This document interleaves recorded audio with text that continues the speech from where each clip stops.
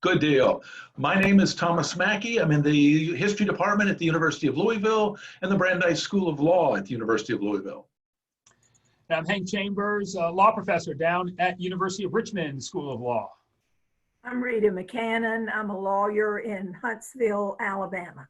I'm glad you're here. Y'all tell us who you are. Hi, my name is Liz Buell.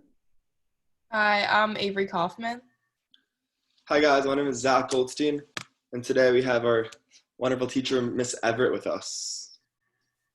Okay, good looking crew. Here we go.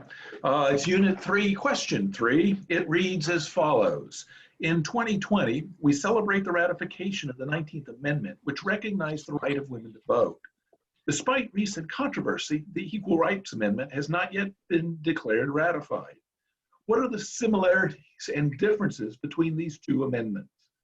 What impact, if any, has the 19th Amendment had on women in achieving equality with men in the United States and around the world? What are the advantages and disadvantages of states passing their own equal rights amendments rather than ratifying a national constitutional amendment? You may begin. Until August 18, 1820, women were denied the right to vote in the United States. During this time of oppression, women around the nation voiced their opinions and created reform regardless of their inability to vote. Lucretia Mott famously said, "The world has never seen a truly great and virtuous nation because in the degradation of women, the very fountains of life are poisoned at their source." The Seneca Falls Convention in 1848 was the first of many women's rights conventions. Elizabeth Cady Stanton organized this peaceful protest comprised of approximately 300 women. Stanton, among others, spoke out as citizens of the United States demanding equal rights for women. The Seneca Falls Convention and the speakers that attended created awareness and urgency for a resolution to women's suffrage. They planted the seeds for change. The 19th Amendment prohibits any U.S. citizen to be denied the right to vote based on their sex. The passage of the 19th Amendment did not lead to the immediate eradication of sex-based voting discrimination. While it granted women the legal right to vote, some individual states still objected.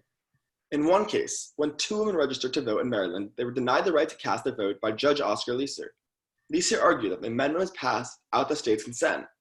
Leeser v. Garnett resulted in the upholding of the 19th Amendment.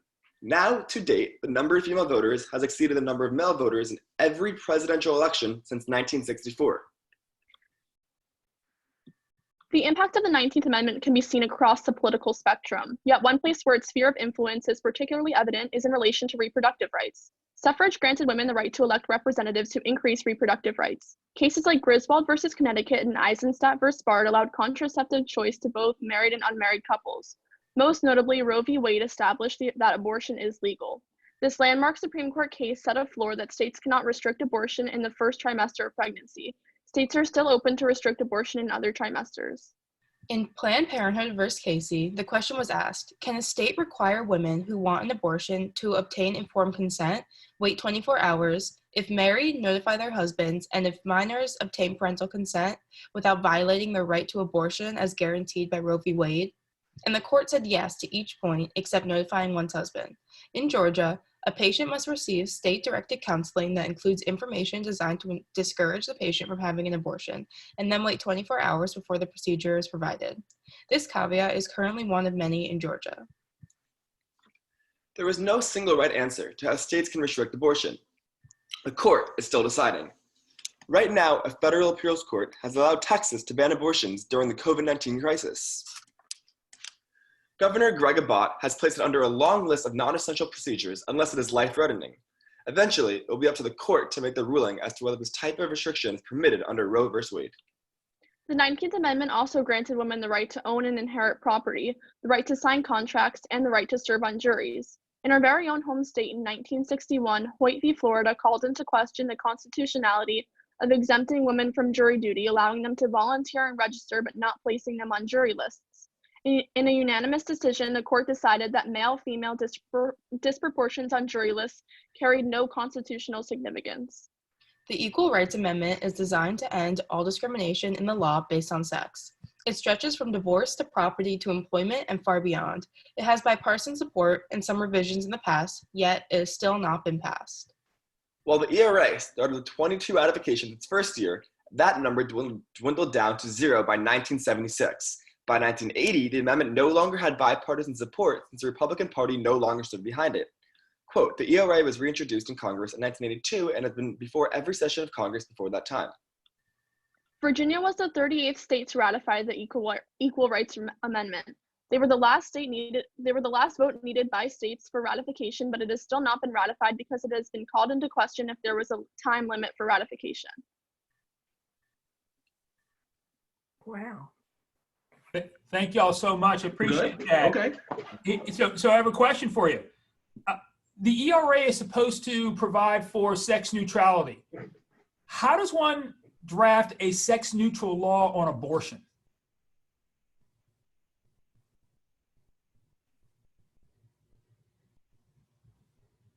So I believe that some topics like abortion don't necessarily need to be sex neutral, or could be sex neutral by nature because it only applies to females. So while the law is drafted so that it could apply to men or women, in practice it only is applied to women. Okay. So would the ERA have anything to say about an abortion law?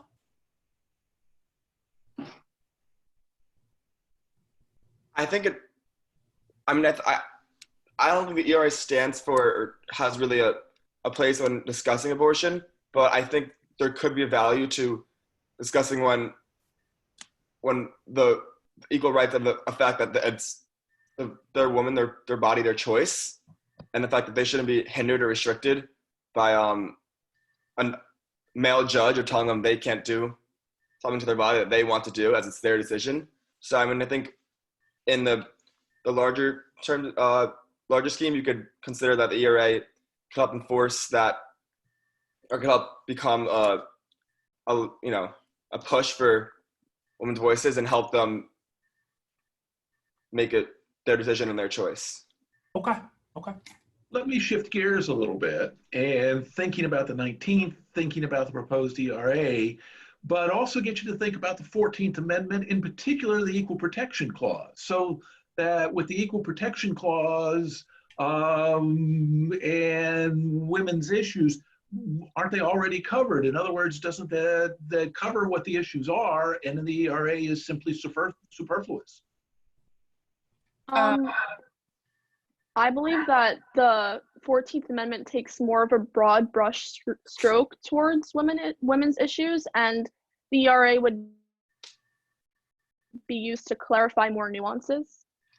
I think when we're talking about the Equal Protection Clause, for a lot of history, it was used to help racial disparities, and it took a long time for them to be able to, for people to be able to get to the Supreme Court and pass all these laws based on the Equal Protection Clause. So I think the Equal Rights Amendment is just a easier way to not have to deal with going to the court multiple times. Won't it need to be interpreted just like every other amendment? And won't that then have litigation, all of which will also have to be interpreted? Help me understand the process a little more. What are you trying to understand, like what's supposed to be litigated, the 14th Amendment or the? Yeah, her point, your colleague's point was that it would need to be interpreted and that the ERA would clarify any confusion in the law. My argument is that the ERA itself would have to be interpreted. So help me understand, does it really help clarify? For example, you folks have talked about gender, but in fact, the ERA talks about sex. Are those equivalent? Are they different? How would that work out? So I would say, like, there's a famous quote that says the Constitution's a living, breathing document, living organism. And I would say that applies to many things, including the ERA as well. And I would say that in 2020, this would be adapted or justified and interpreted in a different way than it would be in 1920 or even in 2000, in the sense of the modern state we're in today. So I think it would apply to sex in 2020, or be interpreted by the judges or the legal system as equal rights to gender, sex, race, and whatever 2020 wants it to be, and whatever it is interpreted in this year. And in 2030, another decade, it could be a totally different thing. So I think as time progresses, as time passes and society progresses, it's adjusting and interpreting to its current state. Well, you raise a great question, a great issue. Should the ERA from 1972 be interpreted the same way as the ERA that Virginia just ratified in 2020? Personally, I don't think that it should be ratified the same. I mean, interpreted the same. We have different Supreme Court justices now, and we have just different social norms and different ideas. So I think that when you take into consideration like the progression of history and of acceptance of different ways of living, then it has to be interpreted differently. So I'm going to hurry. I know that Don's going to cut us off somewhere, but you mentioned a few minutes ago that there were more women registered since 1964 consistently voting for president than men. Why haven't we had a woman president? I think the reason that we haven't had a female president draws back to the roots of discrimination in a voter's mind. I think that when we look at a panel of people debating to be president and You can continue. we see a woman, in the back of our brain, we don't see a president. And oh, darn it.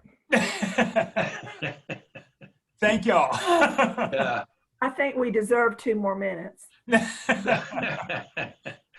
Well, thank you all. This has been really an interesting question because on its surface, it doesn't look that complicated. But on the other hand, you add constitutional principle, legal values, and then the larger cultural issues, as Ms. Buell just mentioned, and it turns out to be not quite as easy or as simple as it might look as a question.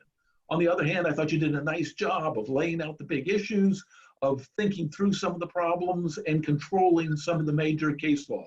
So well done. Yeah, I think that's right.